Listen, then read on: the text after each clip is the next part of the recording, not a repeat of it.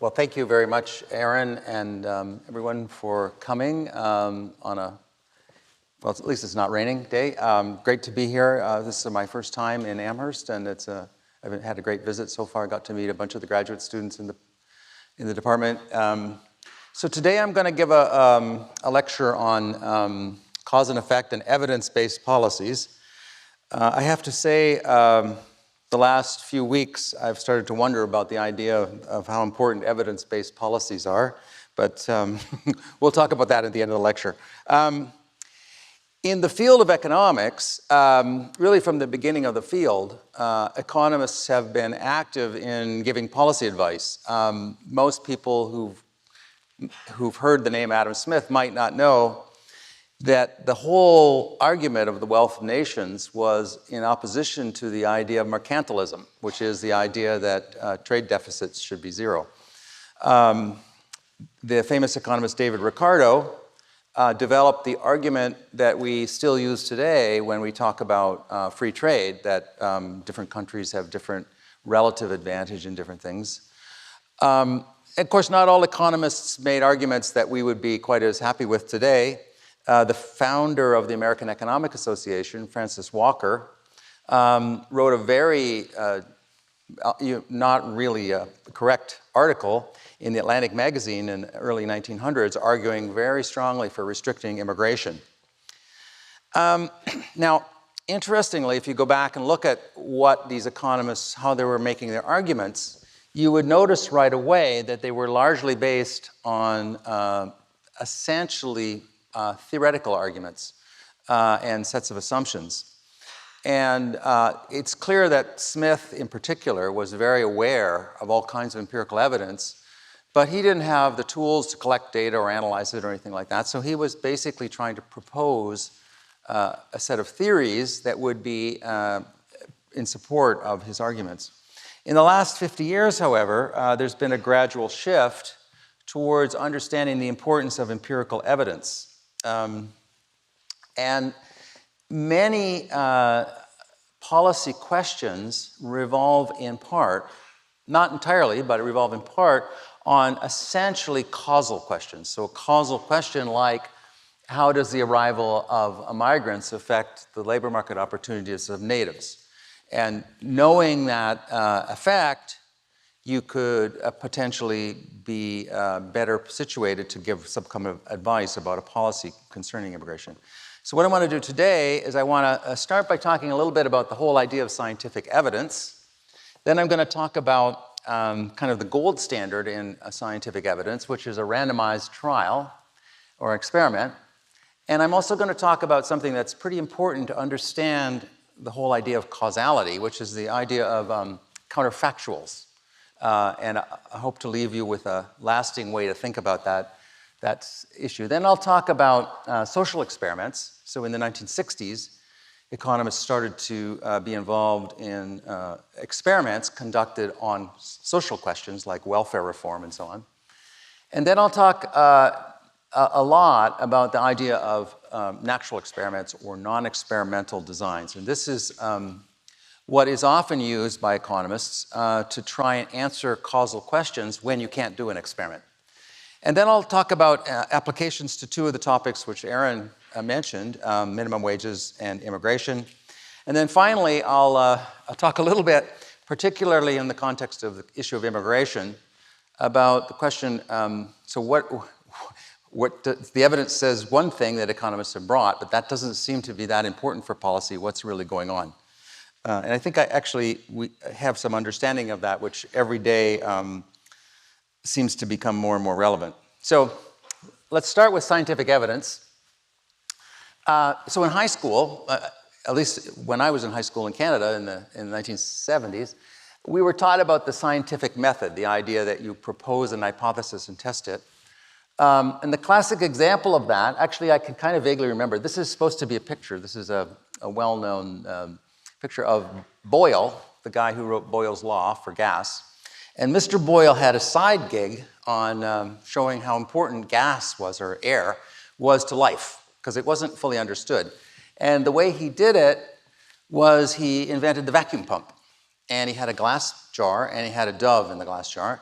and in front of a large audience, all across Europe, he would suck the air out of the jar and the dove would die.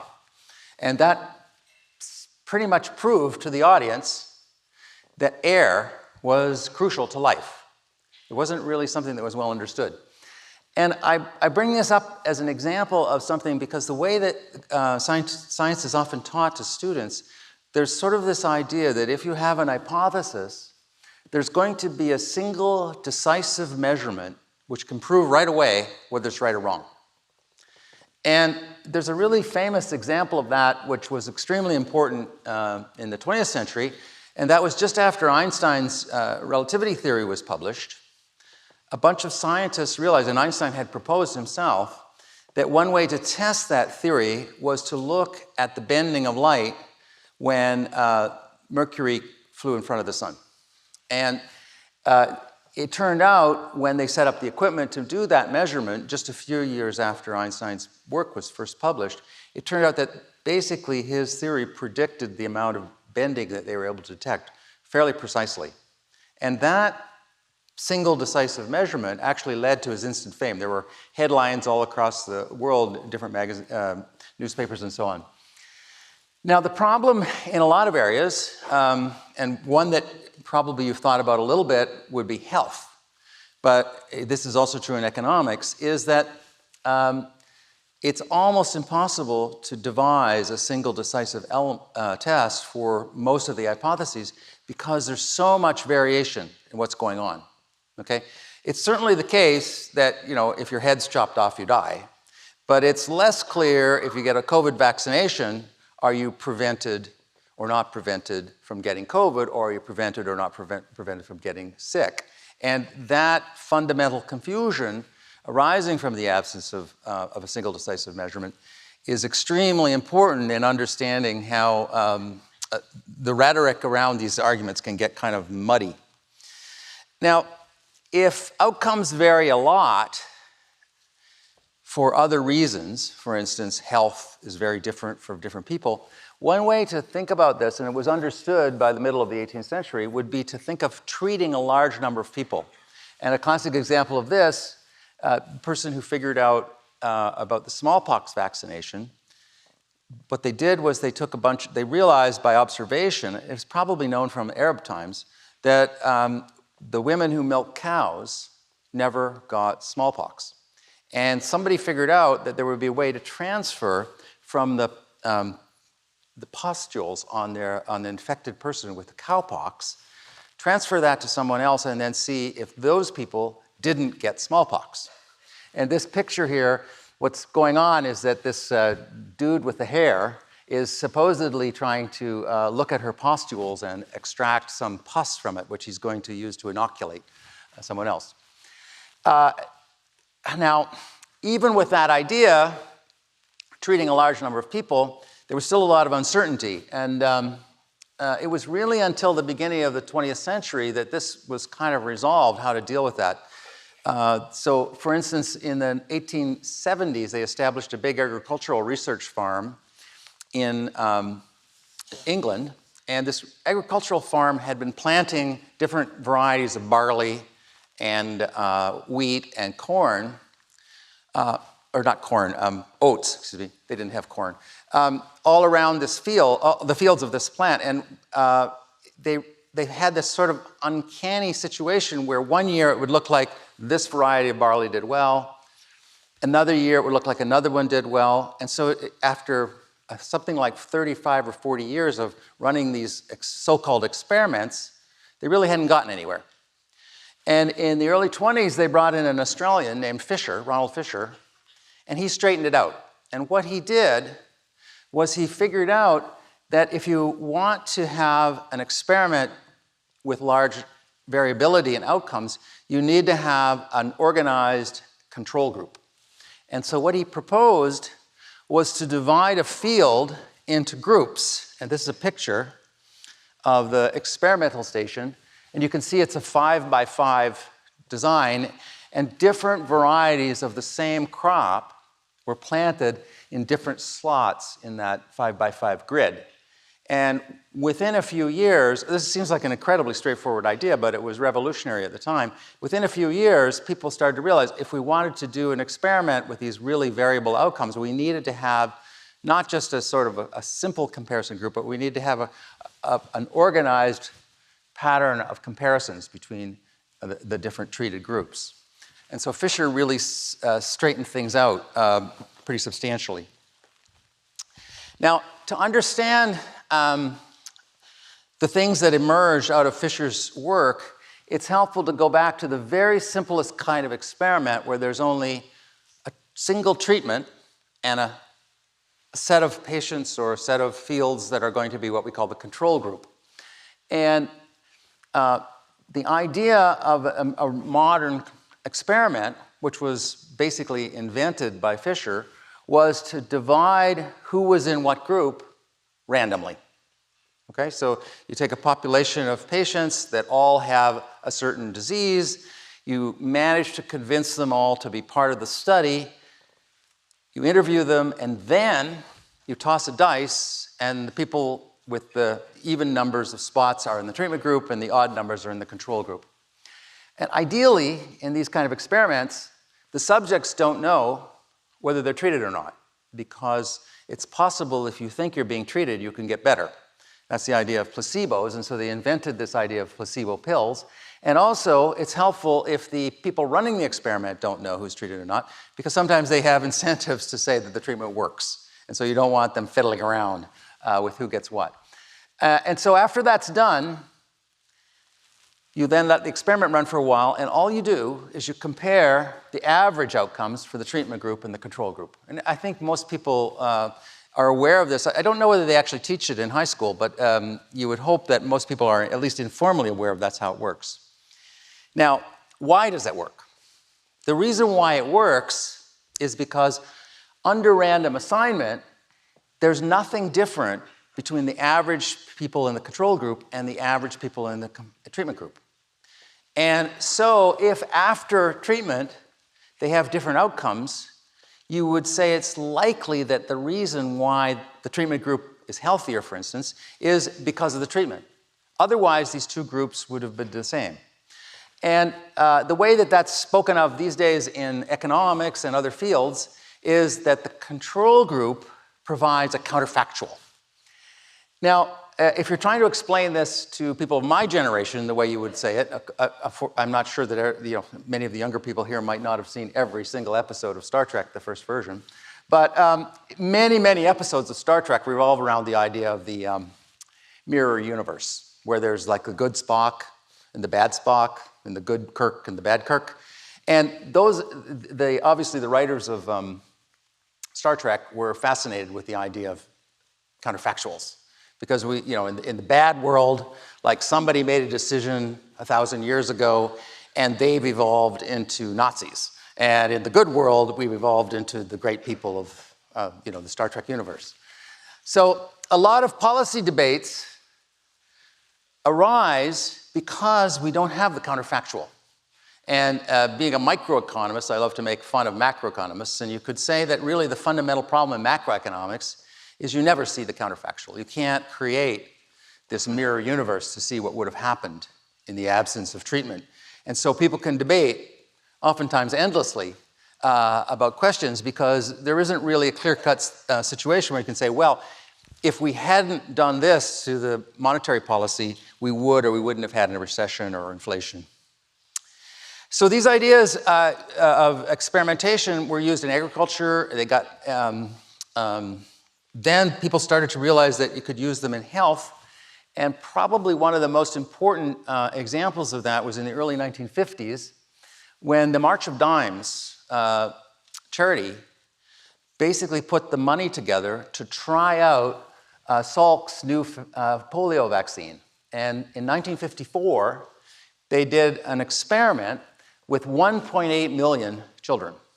And they basically would set up, this is a line in front of a school, the children are going to be vaccinated.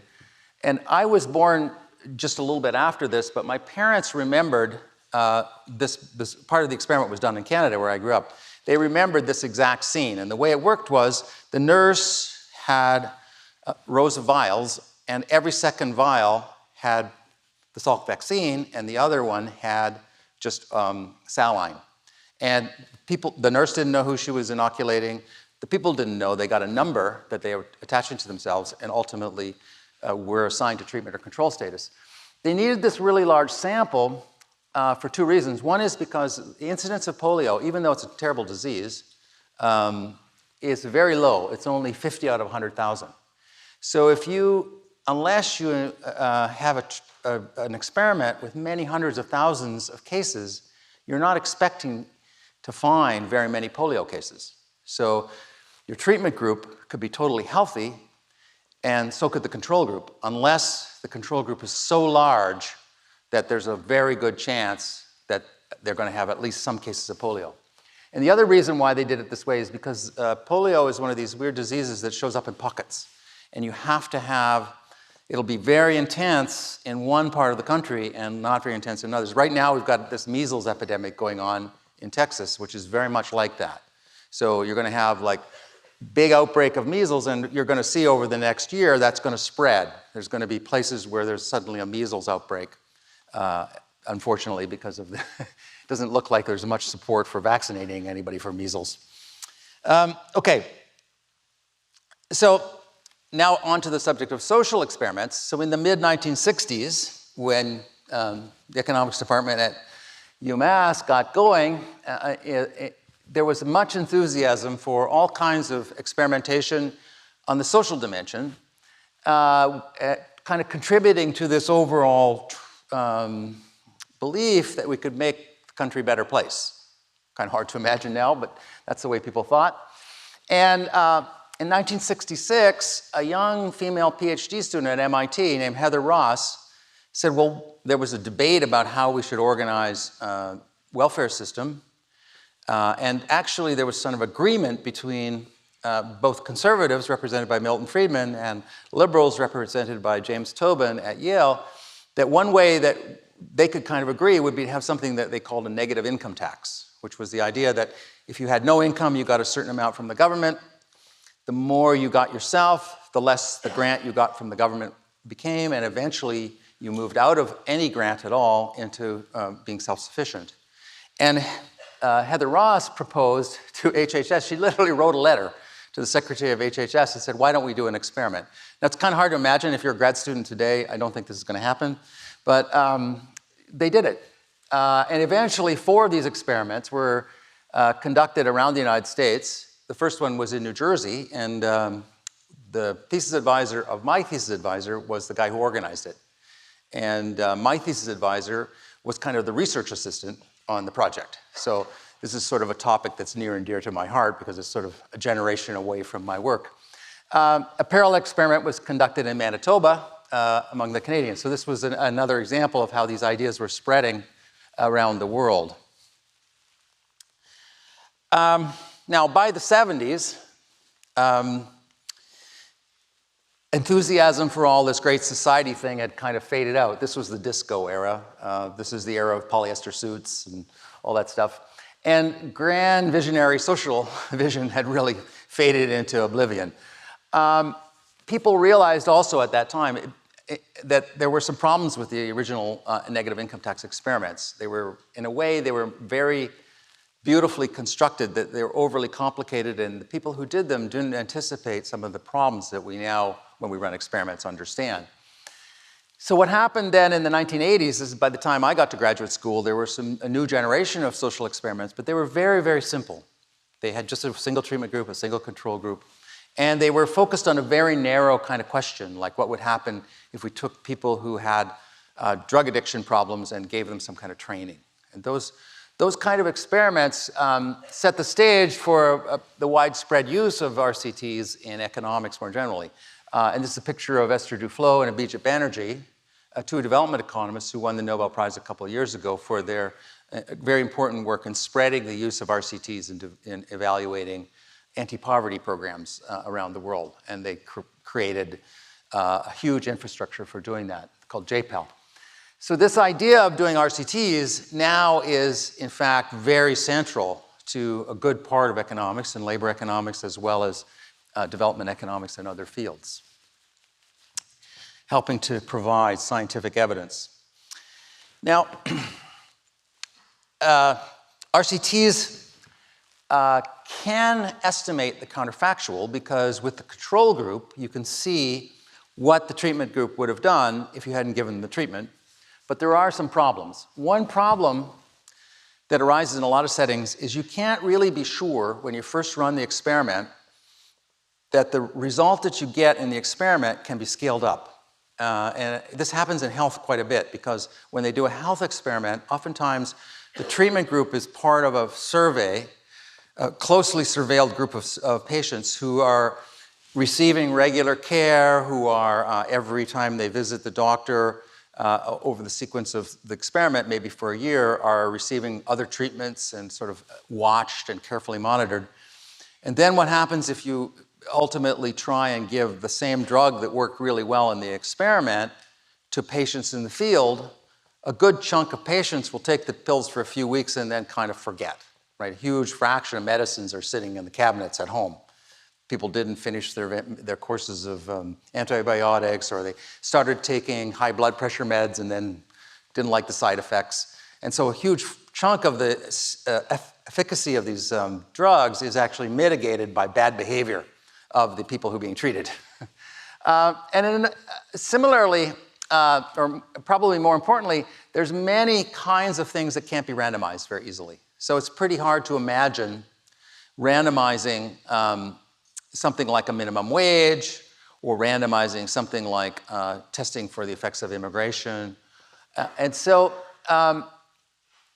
in the 1980s, people started to think, well, how could we do something closer to an experiment where we get closer to having a counterfactual, even if we can't do an experiment? And people that were involved with this realized that and this was an idea that had been recognized actually through the 20th century. So there were some early studies all through the 20th century of things like minimum wages.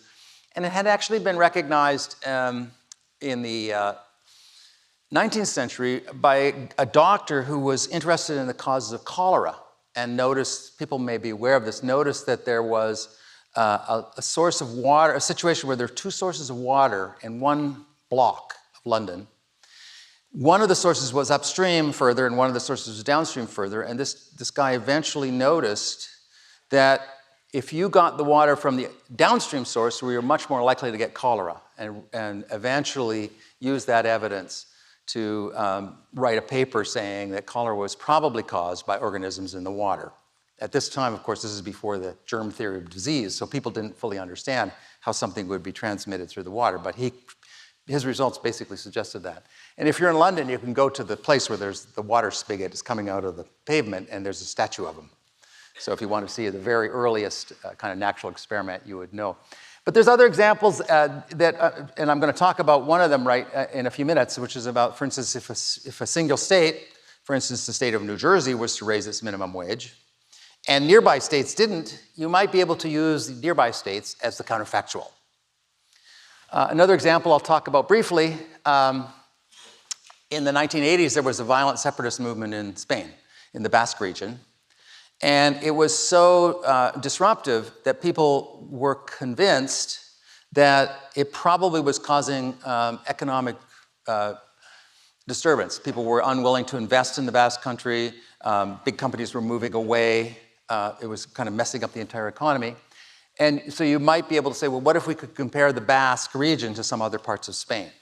So these ideas have gradually become kind of regularized in economics and are sometimes referred to as natural experiments. So that's a situation where you have something like an RCT in that there's both a treatment group who is exposed to some new policy or some kind of treatment, and a control group who are not. For example, we want to know the effect of a jobs program for long-term unemployed. Maybe they introduced this program in one city and not in another city. We might be able to use the other city as a control group. The problem with this is that you're never 100% sure whether the proposed group, that's the comparison group, actually is providing a valid counterfactual. Okay, so you never really know 100% for sure that what happens in the comparison group is what would have happened in the treatment group if they hadn't been treated. And so that is kind of a fundamental problem with non-experimental inference. In a randomized assignment setting, the fact that the treatment group and the control group are randomly selected means that they should have been the same if it wasn't for treatment. So you have automatically the validity of the counterfactual. But in a lot of non-experimental settings, it's more of a question of debate or trying to find evidence. Now, a lot of times, treatment and control groups differ in fundamental ways. For example, in the case of this New Jersey and nearby states comparison, I'm going to show you some evidence in a minute. Stores and fast food restaurants in New Jersey were a little bit smaller, on average, fewer employees than the ones in nearby states. So you might want to take that into account and say, well, even in the absence of treatment, things were different. And the way that people realized this could be done would be to have data from before and after the treatment. So what you do is you say, okay, before this treatment, the treatment group and the control group have some differences, and I'm now going to assume that those differences would persist at exactly the same rate in the absence of the intervention. Then, after the intervention occurs, we remeasure the differences and see, is it bigger or smaller? And if the difference between the treatment group and the control group has gotten bigger, then we would say that the treatment raised the difference, okay? Or if it got smaller, we'd say it closed it. And what you're doing there is you're taking the difference between the treatment group and the control group in one period and subtracting it from the other one. So it's a difference of differences.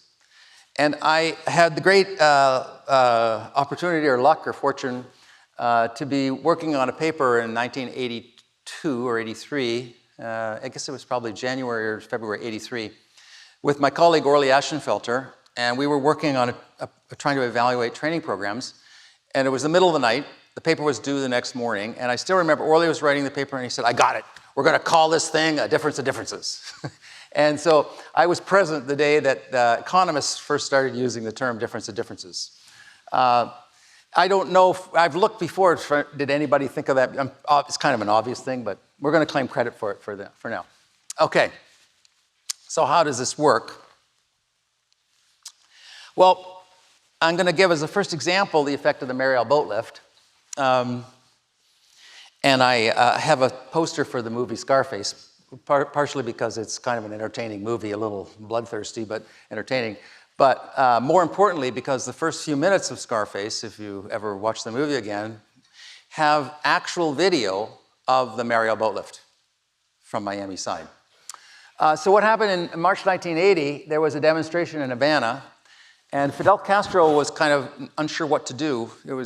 A bunch of Cubans had gone to the Peruvian embassy, and they wouldn't leave the grounds of the embassy. So he eventually figured out an exit strategy. And what he said was, okay, if anybody wants to leave Havana or Cuba in general, that's fine. All they have to do is go to the port of Mariel. Now, he wasn't really thinking exactly how this was going to play out, but there were many, many, many Cubans in Miami, which is only a few hours boat trip, well, about an 8-hour boat trip from Mariel. And so over the course of a couple of months, 125,000 people left Cuba and went to Miami. And something about close to 3/4 of them ended up staying in Miami. So over the course of a couple of months, you had something like a 7% increase in the labor force of the Miami urban market. And I was teaching at Princeton, and one of my undergraduate students, a man named Konstantin Alexandrakis, came into my office. At that time, Princeton students, they still do, had to write a senior thesis, and he said, I want to write about the Mariel boat lift. I didn't know anything about it. He introduced it to me, and he did a kind of a not particularly successful paper because we couldn't pull the data together in time, but it made me think that I could try and do something with a comparison group. Ultimately, what I did was I said, I'm going to play around with combinations of other cities, which on average, when I used these four, ended up kind of looking like Miami. And so I used a combination of Tampa, Atlanta, Houston, and Los Angeles. And just to show how this works, here's some data. This is the, since I'm an economist, people who are taking economics will know about this, I have to use a logarithm. So this is a logarithm of the weekly wage, okay? And it's the real weekly wage, and I'm using data from 1973 to 1991, okay? And each point is the real wage in a different year, and this is the year when the boat lift occurs, right here. And you can see if you looked at that figure and you didn't know anything else, you might say, well, actually what happened was wages were going down. This is for low-skilled workers, people with high school degree or less in Miami. And it looks like they were going down kind of all through this period, but especially after the boat lift, they maybe took a bigger dive, okay? And it's a little bit hard to know exactly how much of that is the boat lift and how much it isn't. And here is what happens when you compare it with the counterfactual, which these days everyone calls the synthetic control group because it's a combination of other cities. And you can see how helpful this is. Because now we can sort of say, well, actually there was a kind of a downward trend everywhere. And even when we look a few years later, it doesn't look like in 1983 or 85 that there were so big differences, but there is some variability. So there's room for, argument and debate. But on average, I would say if you thought of the difference of differences between 1983 and 1977, for instance, you'd say not much happened, okay? And what this illustrates is the really fundamental role of this comparison group. There's so many situations where something happens and somebody looks at on the ground what happened and they'd say, oh, it must be this.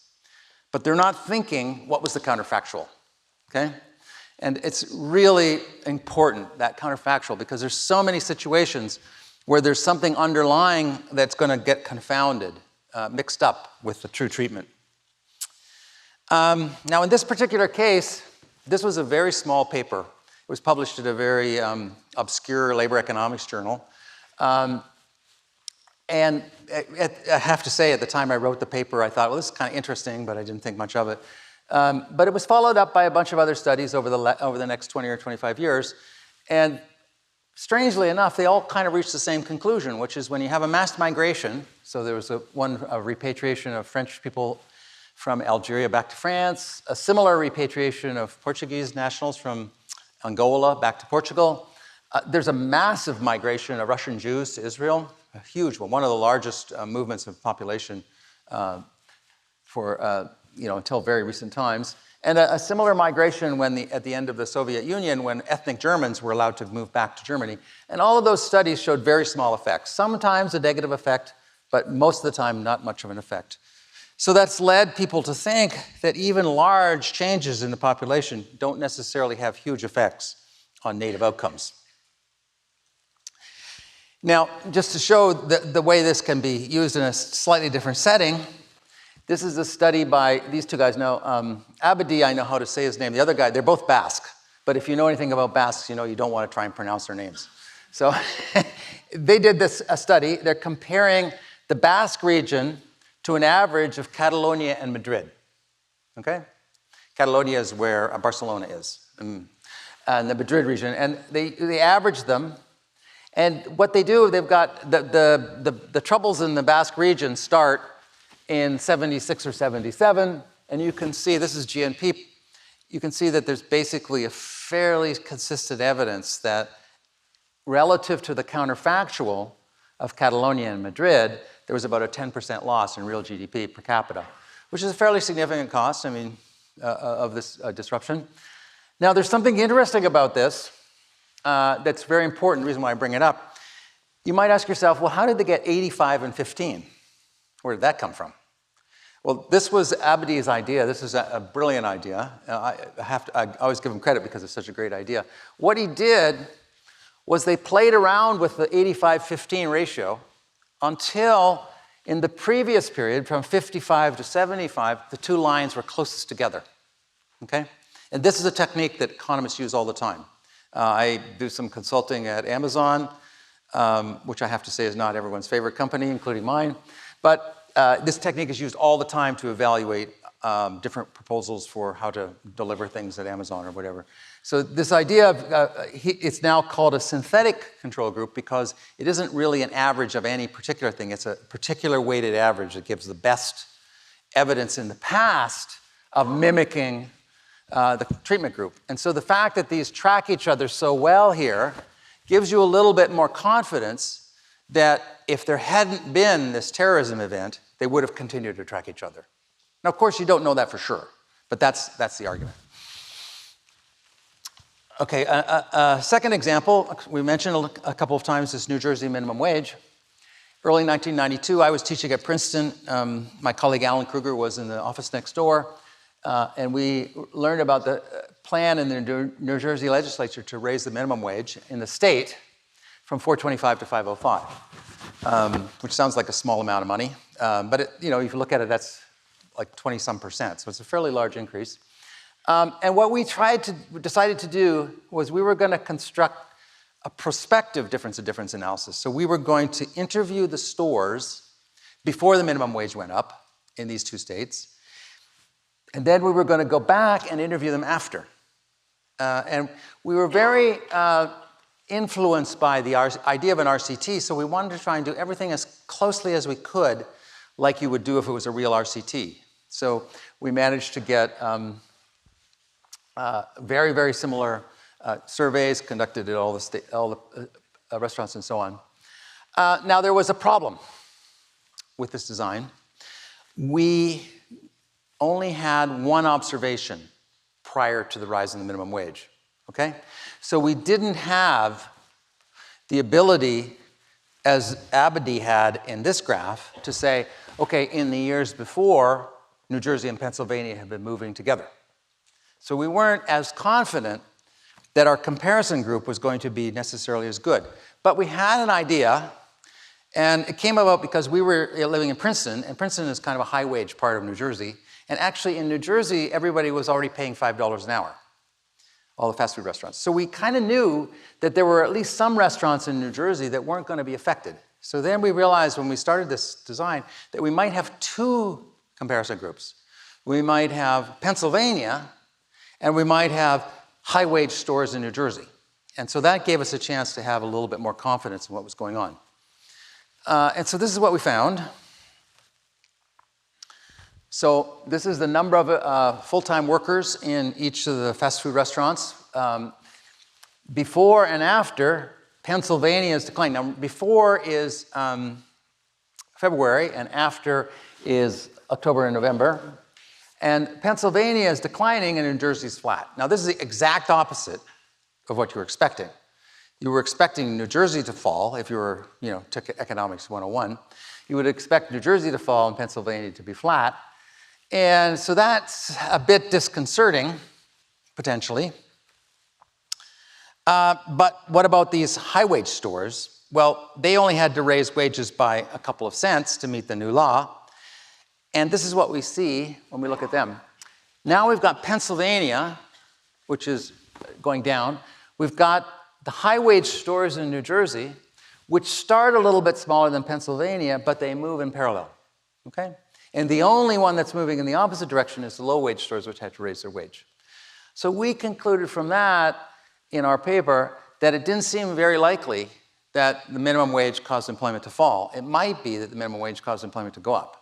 If anything, the data pointed in that direction, which was pretty controversial, as Aaron sort of briefly mentioned, without mentioning some of the swear words. Okay.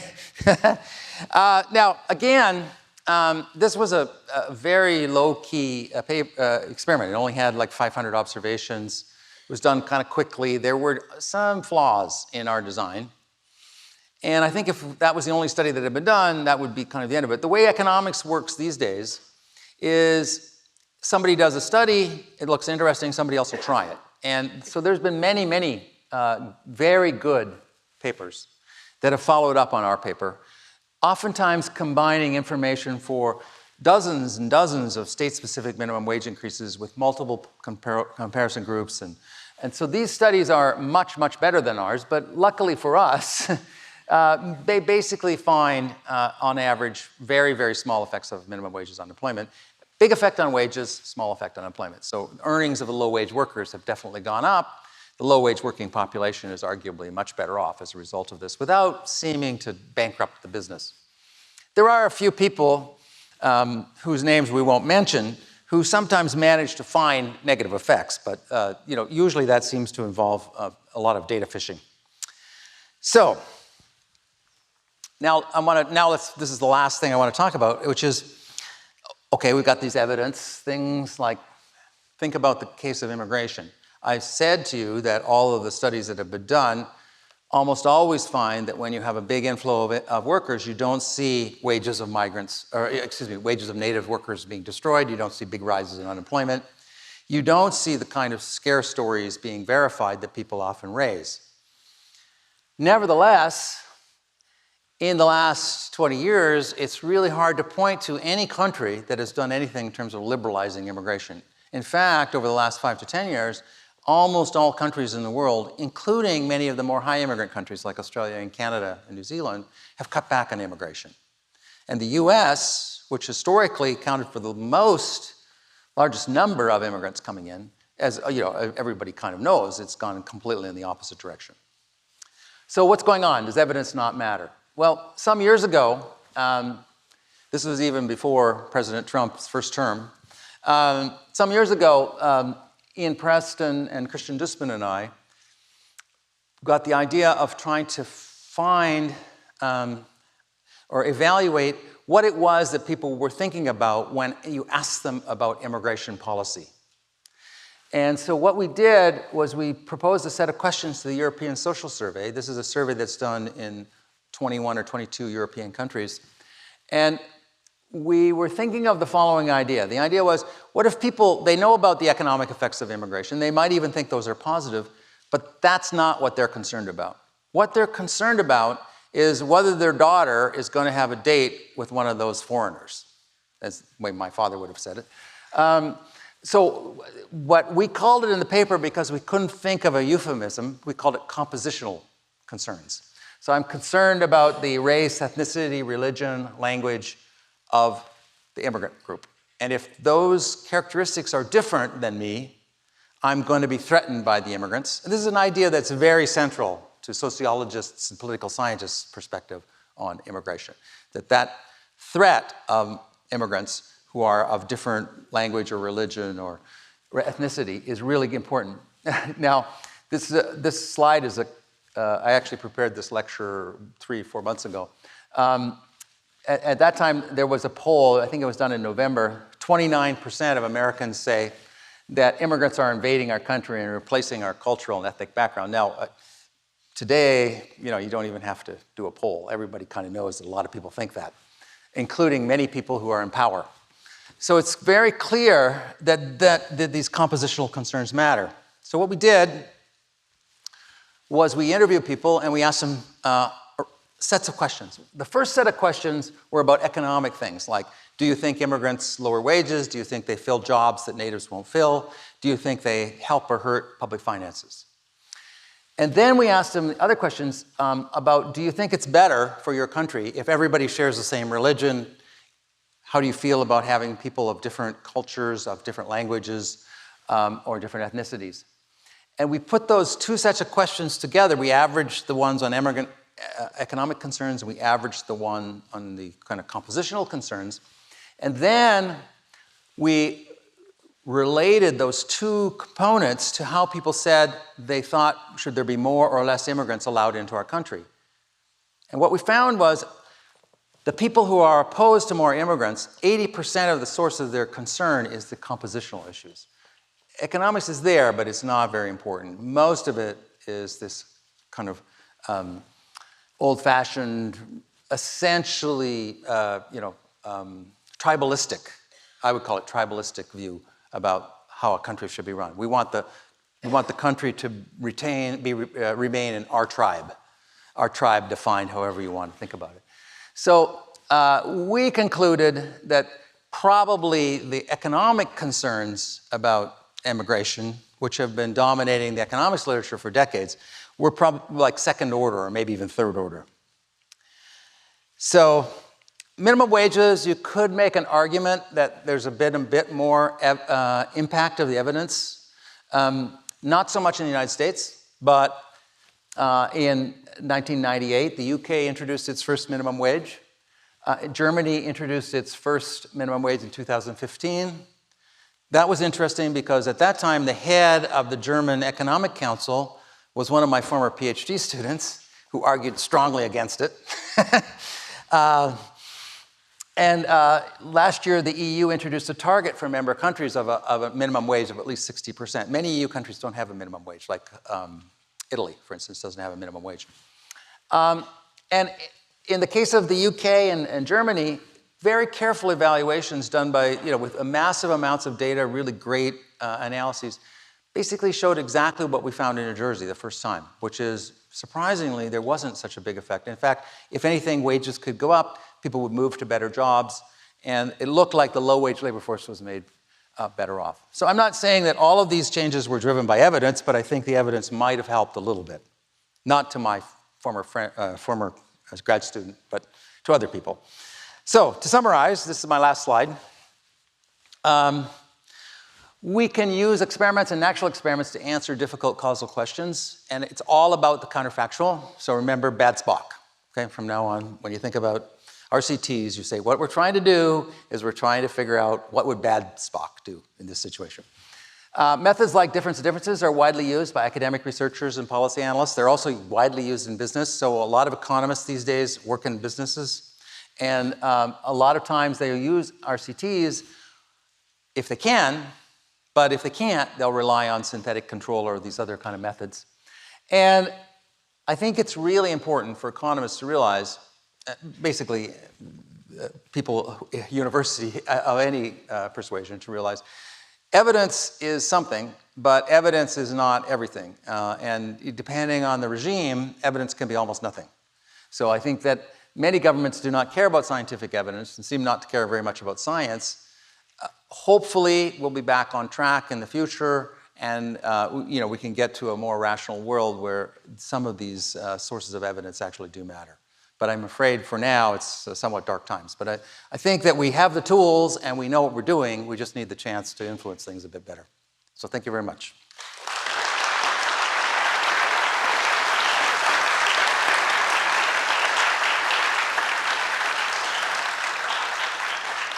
And I guess now I take questions. Is that what happens? Oh, are you going to moderate it, Patrick? Okay. Okay, so people that are here, so my class, Environmental Pool, will be in the back, and I'll be handing out the assignments, okay? And I wanted to mention something about this assignment. This assignment, my understanding is, it accounts for 2% of your grade. And I think you should mention to the professor the famous line from Woody Allen that 90% of life is showing up.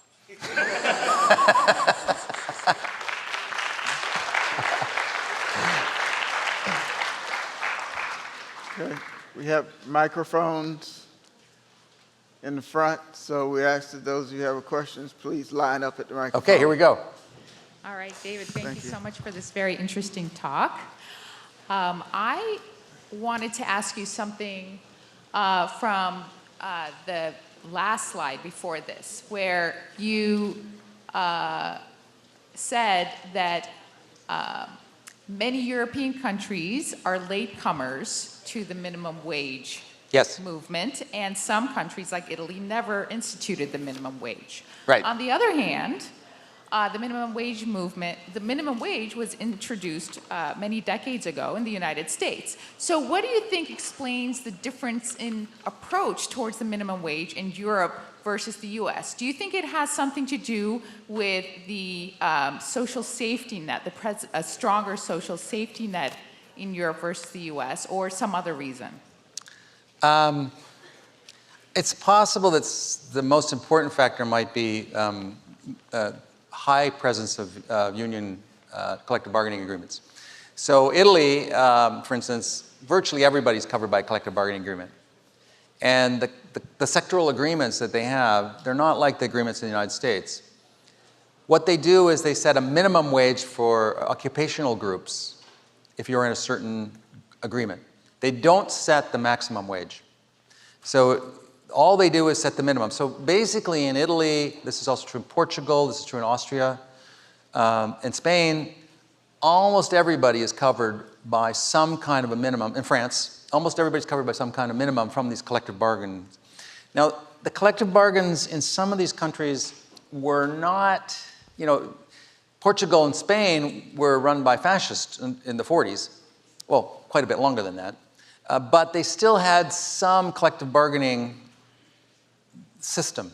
And so it seems like, I think, with that system in place, and the Swedes, for instance, they also talk like this, they believe that the collective bargaining agreements play the role, and it's a little more flexible than a national minimum. So that's possible. Okay, next. Yeah. Thanks for the talk. So I have a somewhat, I guess some of your talk was about, or most of your talk was about the evolution of economics as a discipline. So I have a question about that. The turn towards sort of scientific evidence and causal methods during natural experiments, I think prima facie, one of the promises it has is to reduce the role of ideological bias in how you build your theories and all, because a case could be made that this is just the data and this is just what the data says. But two things make me wonder about whether we should sort of attenuate that view. One is that the empirical methods we use have become, there are so many different methods to choose from, and they might be getting more and more complex. So even though you might feel that a certain empirical exercise is just pointing you towards where the data is, it just becomes harder to find the ideology behind it. And one thing I particularly think about, and I'm not saying ideology in a pejorative sense that someone else has, I'm sure I have it and a lot of people in this room have it, but one thing I've often wondered is probably where ideology might manifest in empirical work is where you decide your stopping point is. So for example, if I am inclined to believe that immigration does not affect native wages, and if I see a paper that passes the minimum threshold of being a decent paper and finds that result, I'll be like, yeah, the evidence actually shows that immigration does not affect native wages. But if I find a similar paper that does not show that, I might then try to find if I could actually be clustering differently, or I could be finding fixed effects, or I could be using this new method that I saw on Twitter somewhere. So what do you think about what's your thought on that? My first thought is stay away from Twitter. Okay. I think it is interesting. In principle, this is what the entire field of meta-analysis is meant to do. And I think done correctly, a meta-analysis can be somewhat informative about that, because when you're doing a meta-analysis is a summary of the studies in a subject. And you try and put together sometimes 50, 100 studies. And in principle, what you're looking for is not just the published studies, but also the unpublished studies, the ones that people tried and couldn't get published, because often those are the most disruptive. And they might be the ones that would be quite important. And one of the things that you do when you do a meta-analysis is you look at, is this a result that is very far out there, but coming from a very small sample? Because that can happen. And if all the far out results come from small samples and all the kind of zero results come from large samples, then you would say, probably this is a real zero, right? So I think the meta-analysis puts a lot of discipline on it. I mean, the other thing that goes on in economics, which is a little different than some other areas, we don't make any money from our studies. Right? It's not like drugs. And economics, the way it works in economics, if you had tomorrow a really good study that showed that the minimum wage killed jobs, there's a lot of journals that want to publish that, because we love to trash the past giants, right? That's a good thing about our field. So if you could show a really good design that was we like disruption. And I think probably we want to make sure that our younger people keep that spirit, of saying, okay, these guys that thought they had it all figured out, but they were all screwed up. It's completely wrong. Because I think that keeps everything is constantly being retested and relitigated. So a combination of no real strong incentive one way or the other, and then people can have a career by finding a result that's somewhat unusual, then I think that's helpful, yeah. Hi, thanks for a very nice talk. So my question is about the thing that you talked about at the very end, about evidence-based policy. And my question is really whether, the idea of evidence-based policy isn't somewhat misconceived. And what I mean by that is that, people, whenever you're thinking about a policy question, there's really two things. There's how does the world work, right? And then what the effects of a policy would be. And then there's sort of what do people care about and what are their goals and so on. So it might be that people are misinformed about policy and they think about evidence and they think the world works in a different way than what you're saying. And in that regard, they don't respect evidence and they don't respect science. But another thing is that they just might care about something altogether different.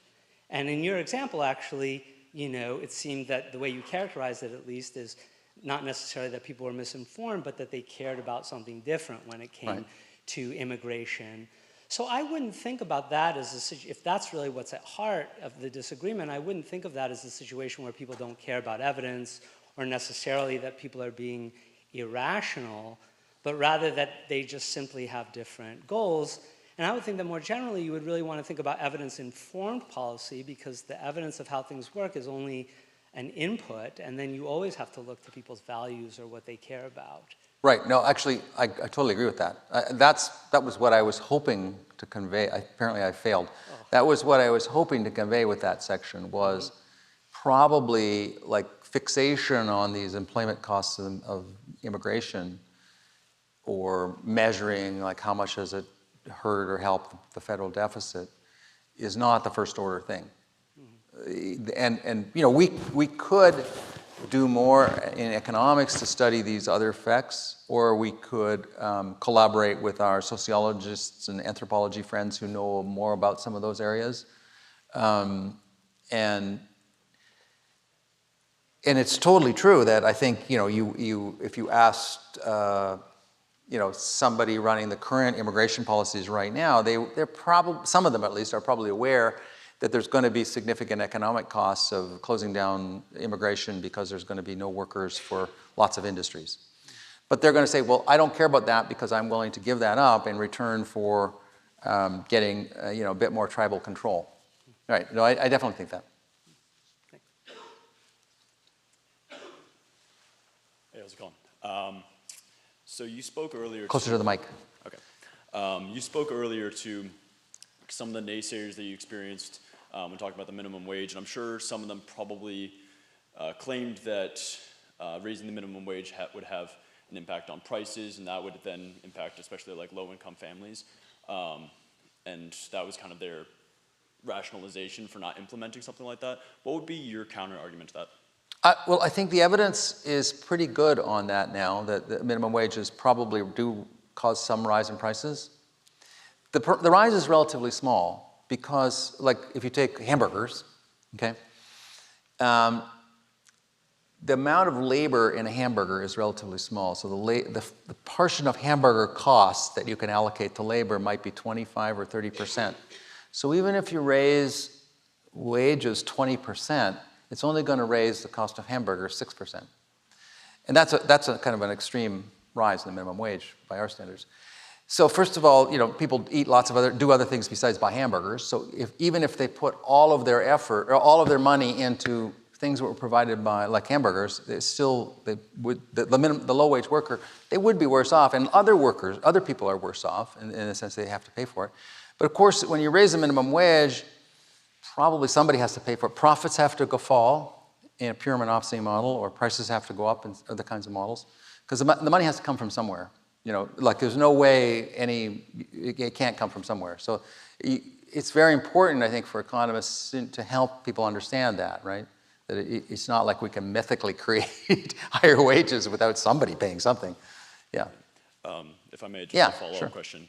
How do you think that could affect, so-called like mom and pop shops where profit margins could be pretty small, and so, maybe they have a pretty loyal client base and they don't want to raise their prices. Prices can be sticky there. Yep. How do you think that could affect them? Presumably the effect is bigger on them, but in a lot of situations they have an exemption. So for instance, in California, there's a higher minimum wage for fast food restaurants, but it doesn't apply to franchises that have less than a certain number of stores, with that explicit idea to protect small mom and pop type of industries. And in the case I mentioned, the German minimum wage, where you were able to see, like they have this beautiful data that allows you to see every single establishment, firm, and what happened there. It looks like probably what really happens is when the minimum wage goes up, some of the smallest and lowest wage firms do go out of business. The workers then move to a different firm where they earn a higher wage. So you could make a case that the person running that low wage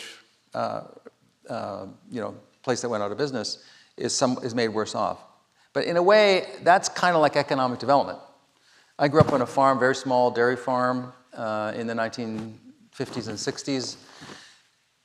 Those farms all had to go. My father was not, the most modern farmer, and his methods and so on have all gone.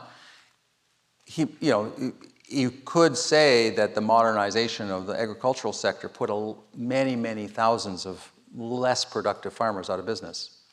And almost all economic development has a tone of that. And I don't think you can shy away from that. That's basically what's going to happen. In the long run, we're not going to have mom and pop shops, right? We're going to have Amazon or a big, huge Target or something.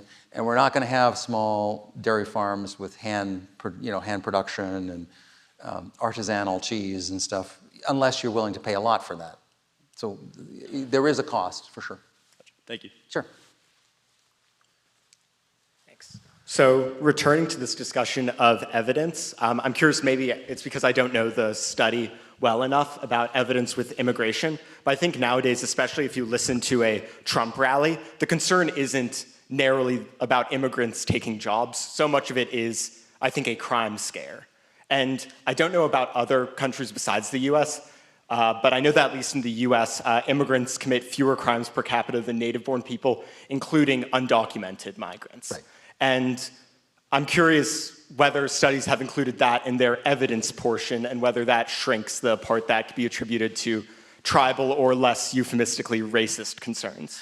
Yeah, so actually, in the analysis I did with Preston and Dussman, they had done some work on crime, and some of my PhD students had done work on crime, and most people who've studied it find exactly what you said, and that's not just true in the US, that's true in other European countries.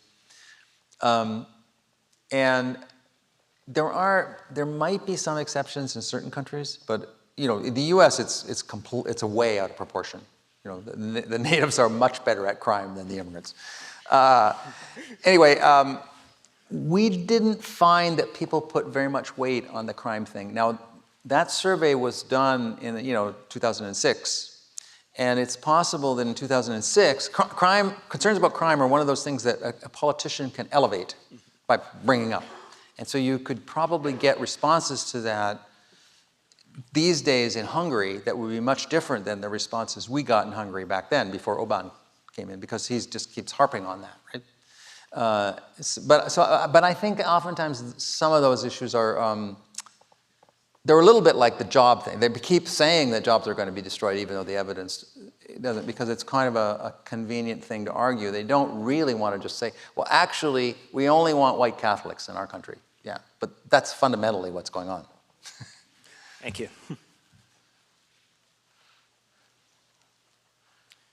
Hi. I wonder why you're using minimum wage when almost nobody works for minimum wage and nobody pays the minimum wage.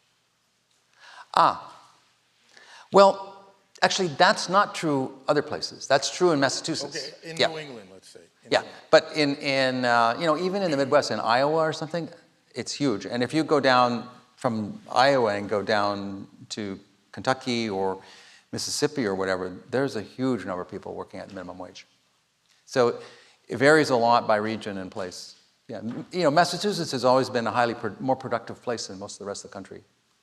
And they haven't had as much problem with low-wage labor market here. I guess probably back in the day when we had the women working in the lace factories, it was more of an issue, but yeah, that's much more a regional thing. And similarly, like in Germany, when they raised the minimum wage, one of the things that that study was able to show was it didn't matter in most parts of Germany, except in the former East Germany, where there's still parts of Germany that are close to the Polish border, which are very run down, and they look a little bit like Appalachia. And there, the minimum wage was binding and biting. Yeah. So thanks. Good question. Hello, my question is basically about a living wage versus minimum, but I don't think we can go there without talking about the labor market. So I see people losing jobs to automation. I see jobs being created that people don't have the experience or the technology, the learning to be able to do the training to do them. And so, like, minimum wage has adjusted like a little bit at a time, and then there's this thought of living wages. Like, I actually like the idea of the negative tax, because I think we are going to have people that can't get a job, or there isn't a job available to them with the way our labor markets are headed. So if we were to enforce or supply a living wage, we also have the problem that, a living wage is going to be different depending upon the region that you're living in. Right. But that would eliminate the negative tax and eliminate welfare if we could provide something for people to do and supply actually a living wage. Right. I think there's an interesting, I've thought about this a little bit, if you've ever been to like Denmark. So Denmark historically had, very well-educated, very productive workforce, and their minimum wage is around $18 or $19 an hour right now.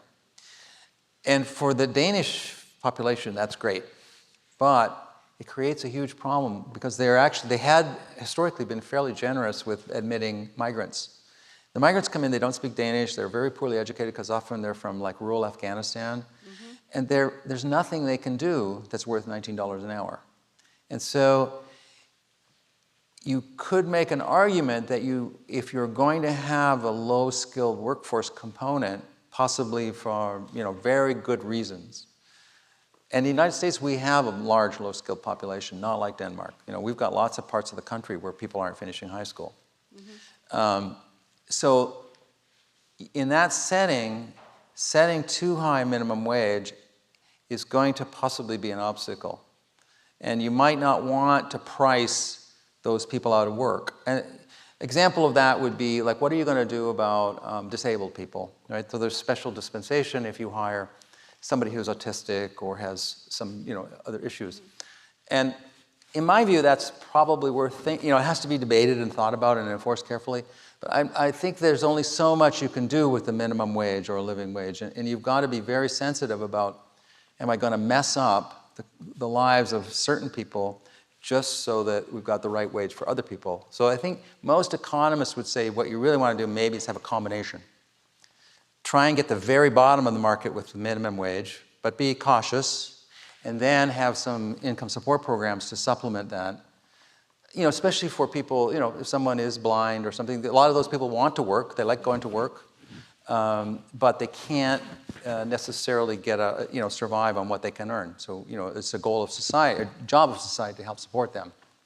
So the living wage would in fact create unemployment? I think it could if it was too high. If it was really high enough to live on, for some fraction of workers, it would be too high, I think. Yeah. Okay, thank you. Sure.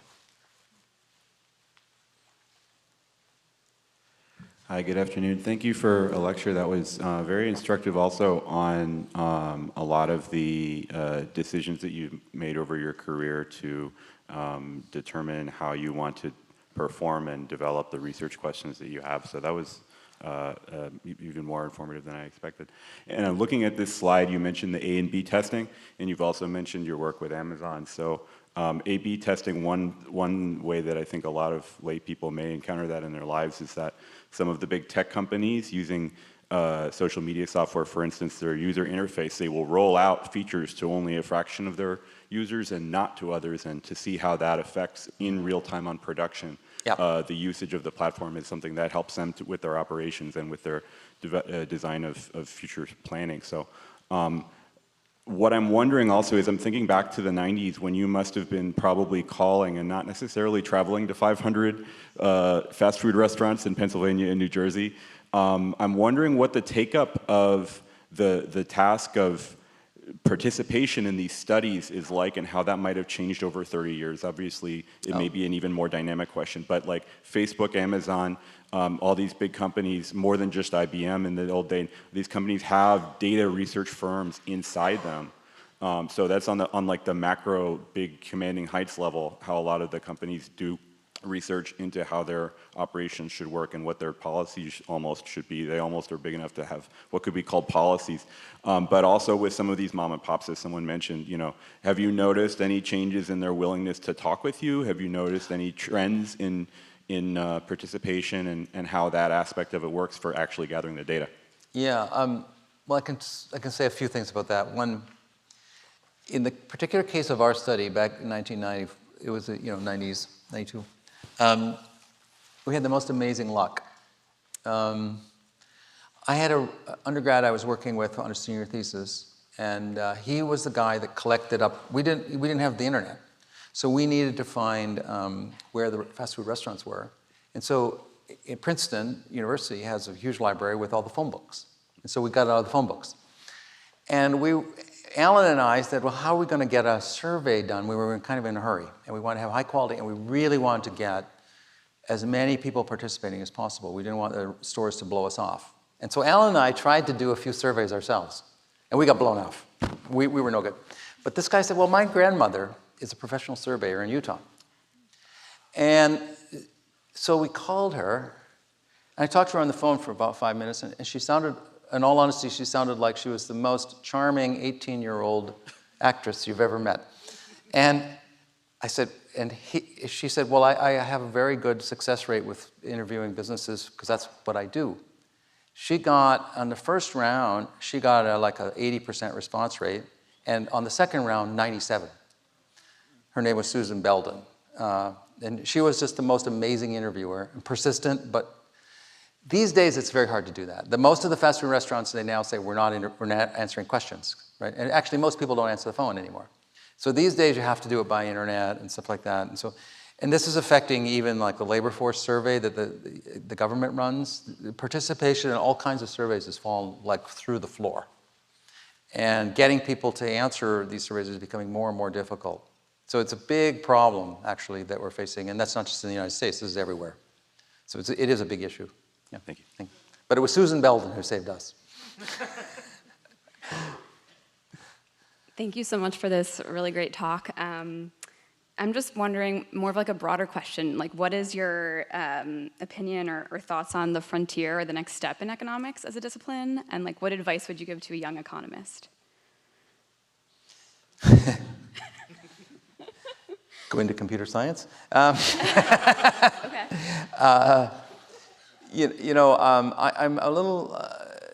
I'm always a little cautious about that. I mean, we had a great, as economists in my generation, we had a great run.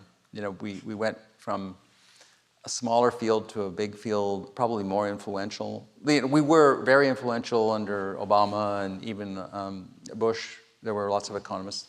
Maybe not today in a lot of countries. And also, we have got many students taking our classes.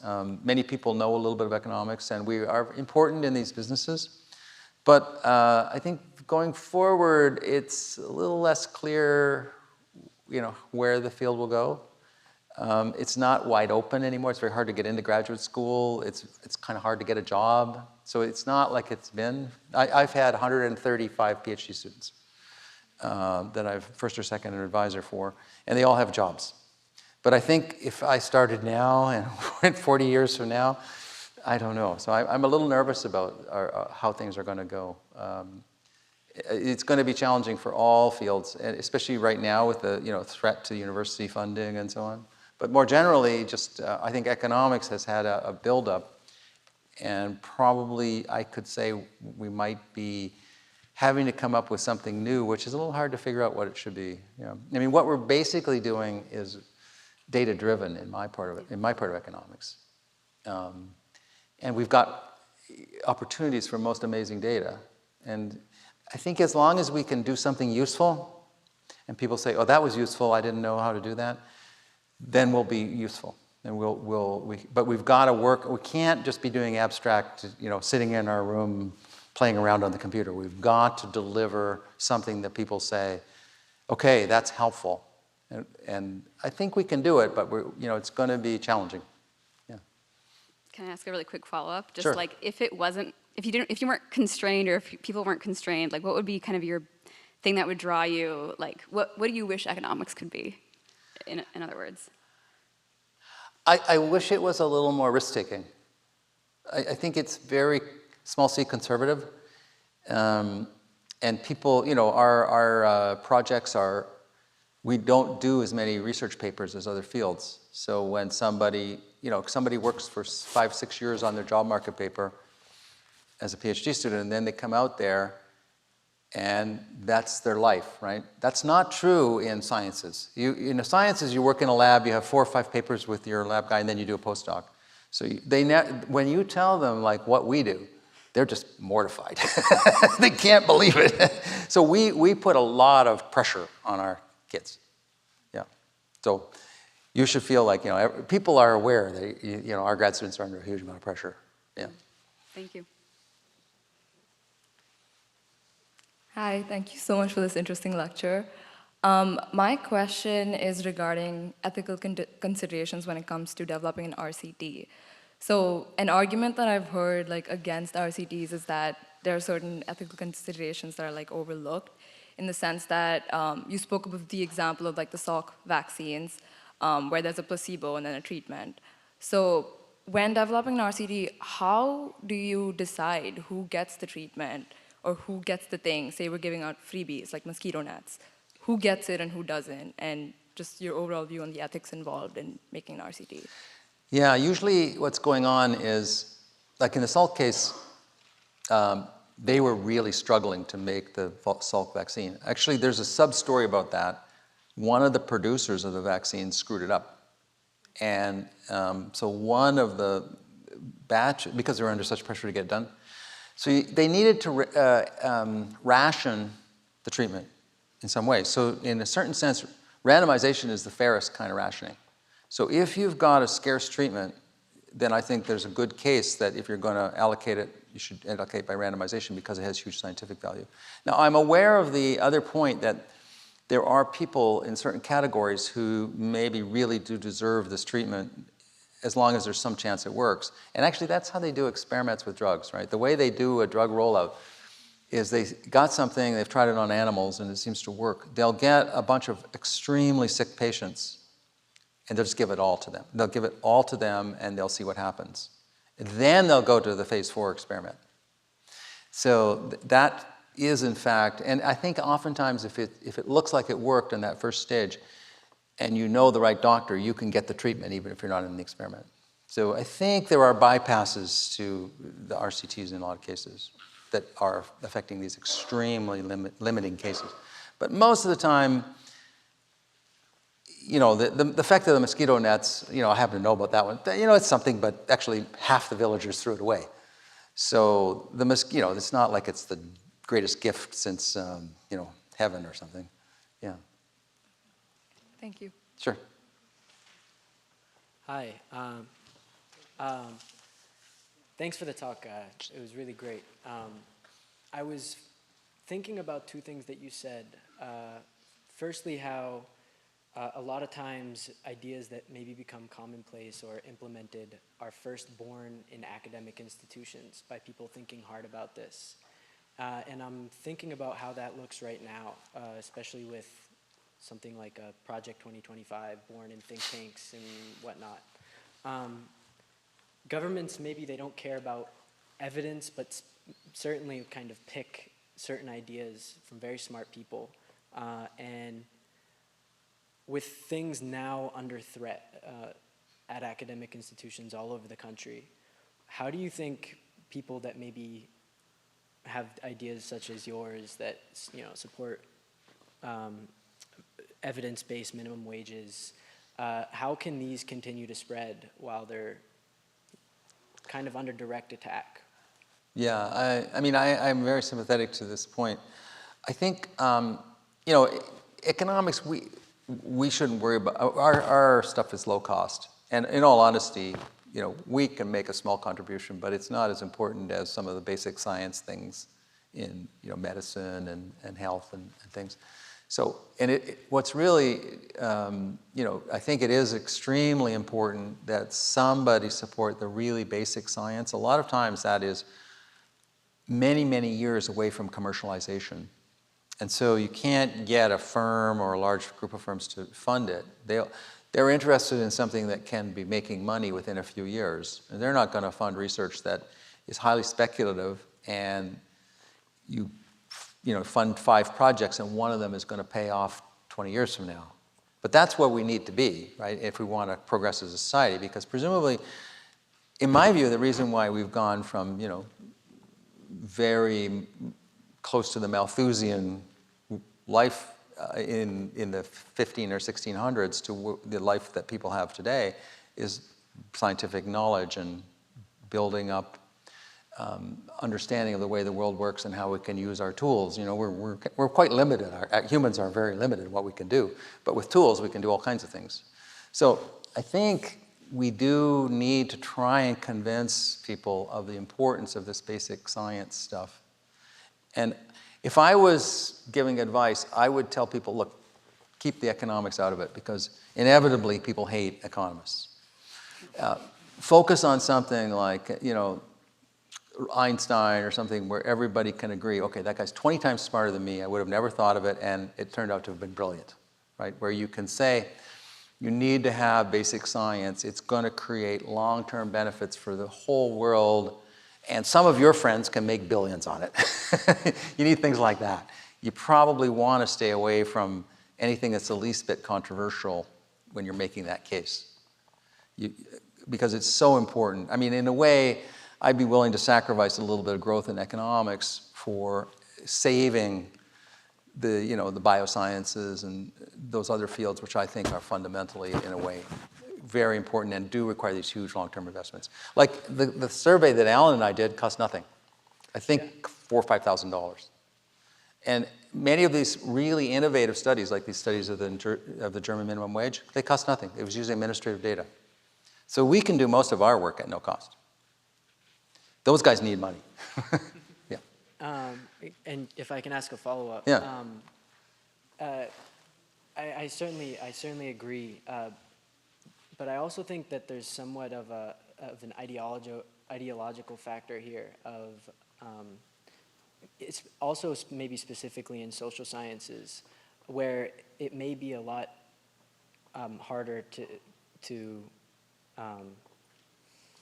say very kind of pinpoint accurately, all right, this is exactly what's happening, but it's certainly important to put that out there and express that and make sure that these ideas are being talked about.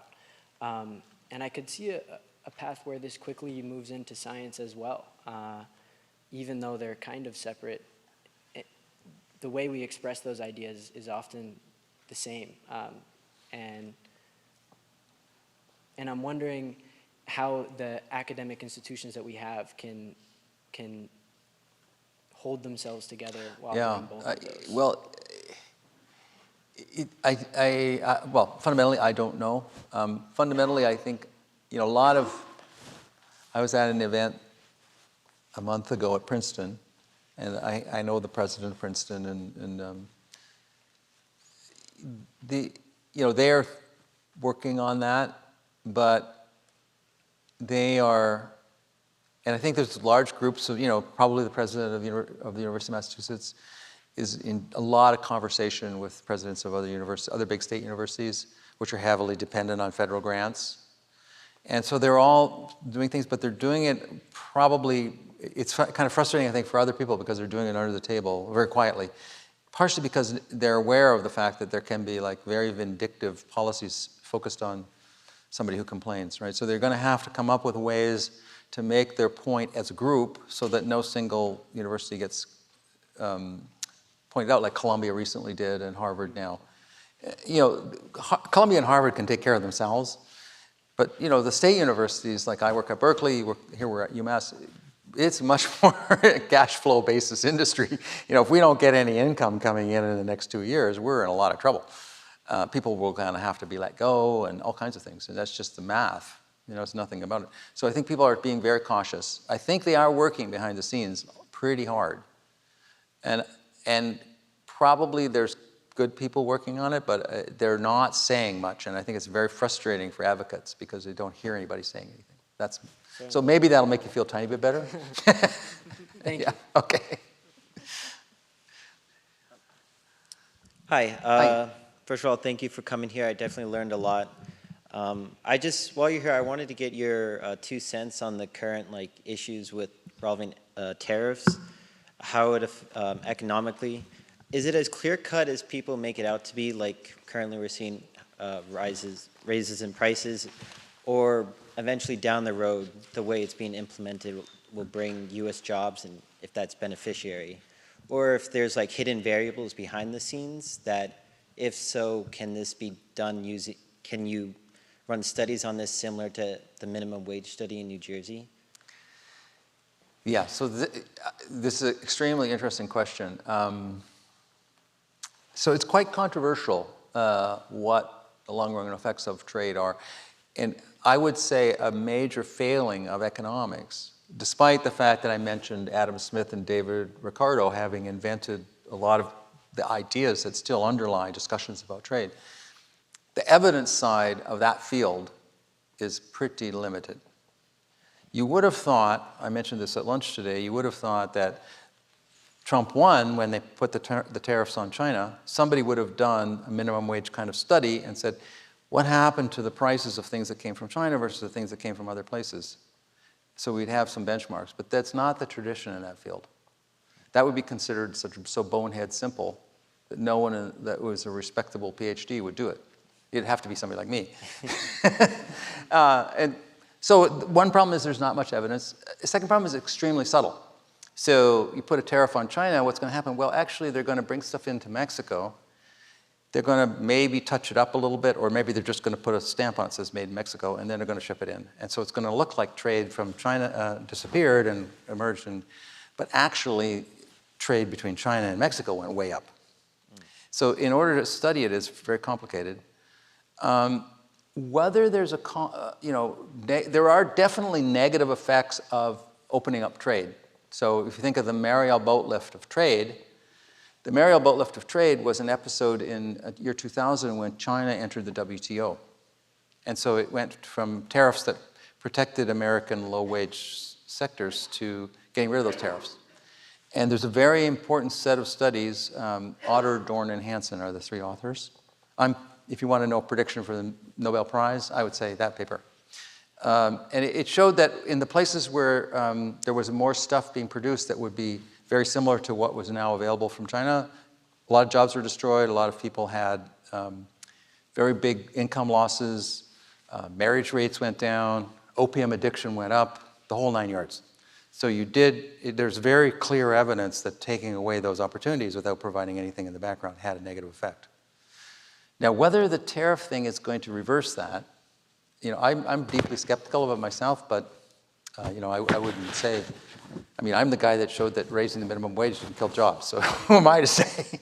But I think the bigger problem is going to be, first of all, there's a huge problem for the sending countries. So if you saw the thing this morning, like a quarter of GNP in Vietnam is targeted to stuff that's going to sell to the United States, and they're facing like a 40 or 50% tariff. Well, we're going to kill the Vietnamese economy. Right? So that's a huge cost. Independent of anything it does for us, we're going to lose, one of the, well, we did screw it up from the 60s when we tried to have a war there and stuff, but, there's actually very good relations between the Vietnam and the United States, conditional on other things. In the long run, that would be a great American ally, but we're going to screw that up completely. We're going to destroy their economy. We're probably going to mess up, many, many economies, way more than we help the United States economy, if at all.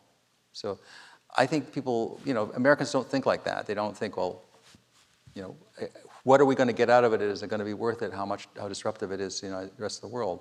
But I think that's pretty important, actually, in the long run. That said, I don't know. Good question. Some people think that there's going to be a resurgence in car production and steel and iron production in the United States. It could happen, but people would have to be convinced that the tariffs would last forever and that there was no way to evade them by these clever things. Like right now, there's no tariff against Russia, right? So why don't we sell all our aluminum to Russia and then the Russians export it to the United States? That's my policy. See, that's why trade is so complicated. True. Yeah. Thank you. Sure. Hi. Hi. Thank you for You're the talk. penultimate. Thank you for the talk. Sure. My question is that as AI is growing very fast, I'm curious to know that what do you think about its effect on labor market in future? Well, I'm glad somebody asked that because I made a bet at lunch that we were going to have that question. I was running out of cue here. I thought I'm going to lose my bet. Okay, so the answer to that is I don't work on that topic. So I know that some of the work that's done, and I know some of the main issues. So here's the main issues. There's three main issues. One is there going to be like a situation where there just are no jobs?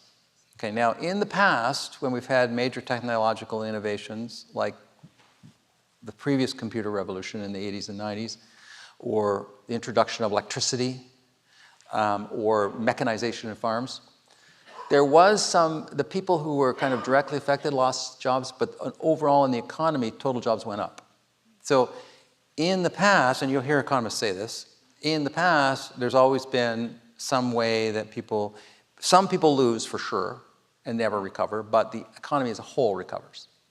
So I would say that's a good guess based on the past. Then the second question is, okay, who's going to get screwed the worst? Is it going to be the low-skilled guys, the high-skilled guys, the middle-skilled guys, who? Right? And that's all about, like, is AI substitute or complement to the skills that different people are bringing to the workforce? And there's very mixed evidence on that. There's a couple of experimental studies looking at call agents and things like that. And there, it looks like AI is most helpful for the ones who aren't very good at their job.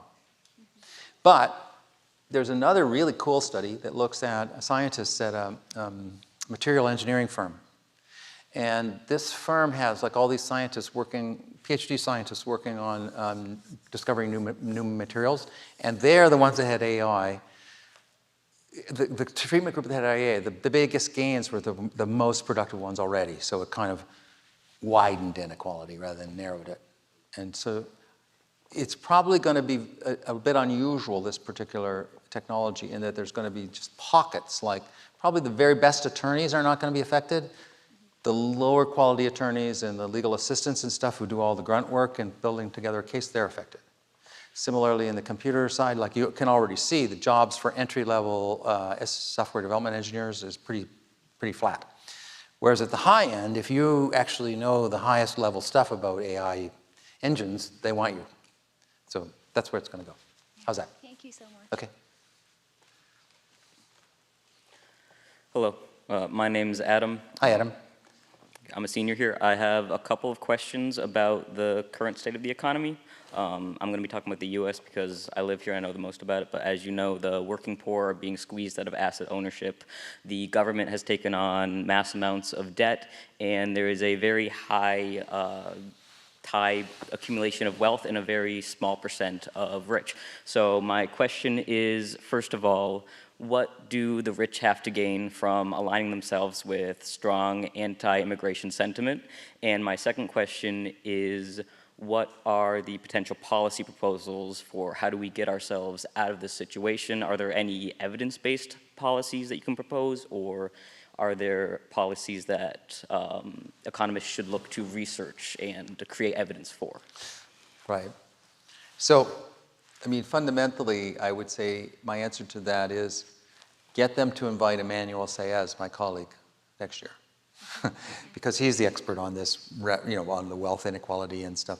And it's pretty far outside of my area of expertise. My understanding is that we're at a state now with the level of wealth inequality that's kind of like it was at the beginning of the 19th century, 20th century, like with the robber barons and all that. And in the past, when that happened, there was some major changes, and it somehow we resolved our way out of it. Partially, the Great Depression kind of wiped out some of them. And then institutions brought in with Roosevelt in the 30s. Whether there's going to be something like that this time, I don't know.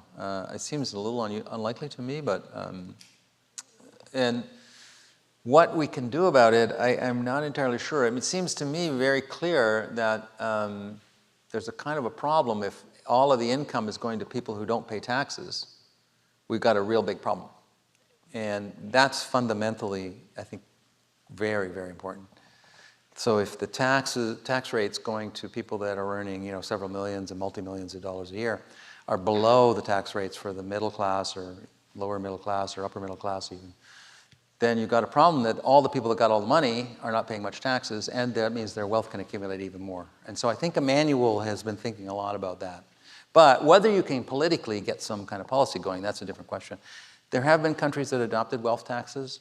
Some of them have worked and some haven't.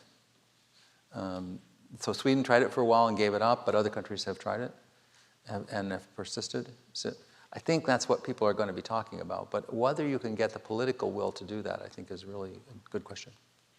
Okay, I have a quick follow-up. Sure. So you talked a little bit before about how the field of economics has changed over time, and I know that a lot of economic policy is adopted based off of microeconomics, and I know that because microeconomics, the way I'm taught in school, is based off of a representative agent. Inequality isn't usually considered to be a factor that impacts that model.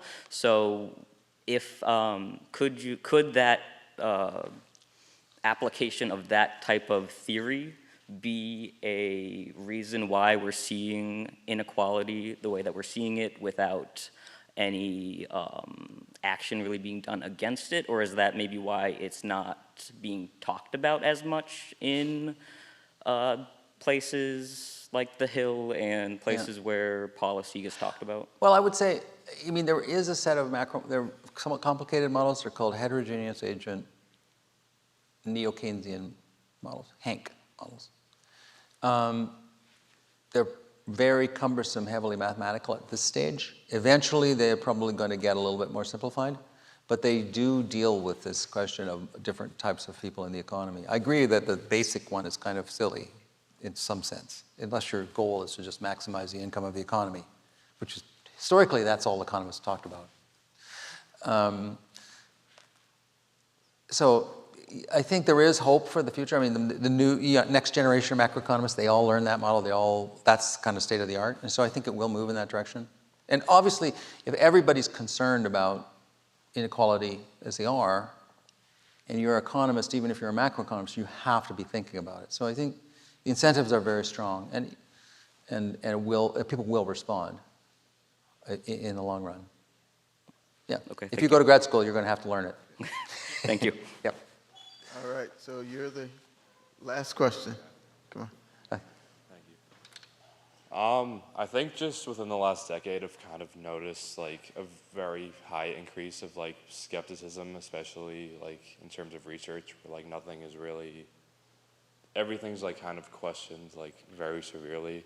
So I was kind of wondering how you in your research practices take your data and make sure to extract it, and also when you propose it and present your findings to other people, how do you kind of analyze your data in a sense that kind of limits the ability to question it, or kind of look for any underlying or co-founding variables that may kind of either undermine or lead your research to get questioned? Yeah, no, I think that's a good question. Actually, economics is kind of a leader in this area, to tell you the truth. We're not usually a leader. And for instance, that New Jersey minimum wage study, we put the data for that on the internet before there was really Netscape, or not Netscape, Google. And you could, in our book, it showed there's an FTP, what's called an FTP site, where you could download the data. And so it's been available for 35 years. And actually, the reason why that study is well known probably is because most undergraduates, when they take econometrics, download the data and run the regressions. And it's always a competition. Then, most advisors would say, can you find a specification that gives a different answer? And so, I think in economics, every journal that publishes papers requires you to deposit your data in computer code, if possible. And there's a huge enterprise of people reproducing other studies, especially ones that are a little dodgy or that are thought to be dodgy. So I sort of mentioned this before, economists are fundamentally, they love to smash the big guy. And so it's a benefit to our field that a lot of people would like to see sort of tweak something and say, does that really hold up? So we don't, now medicine is different. Medicine, you can't get them to give you your data, give them the data. They've got the right to keep it private forever. And it's really annoying. So I think, but we in economics have been really, one of my colleagues, Ted Miguel, has been leading a kind of whole group in the Economics Society to help make data available and replications and stuff. So that's what we do. Yeah. I think we have many faults. That's not our worst one. Yeah. Yeah. Thank you. Okay, thanks. Thanks everyone for staying. So, we'd like to finish up by thanking Professor Card for providing such a wonderful presentation and very informative. And I want to thank all of you for showing up. Of course, I'd be remiss if I didn't thank Ms. Sheila Gilroy for doing a lot of the work.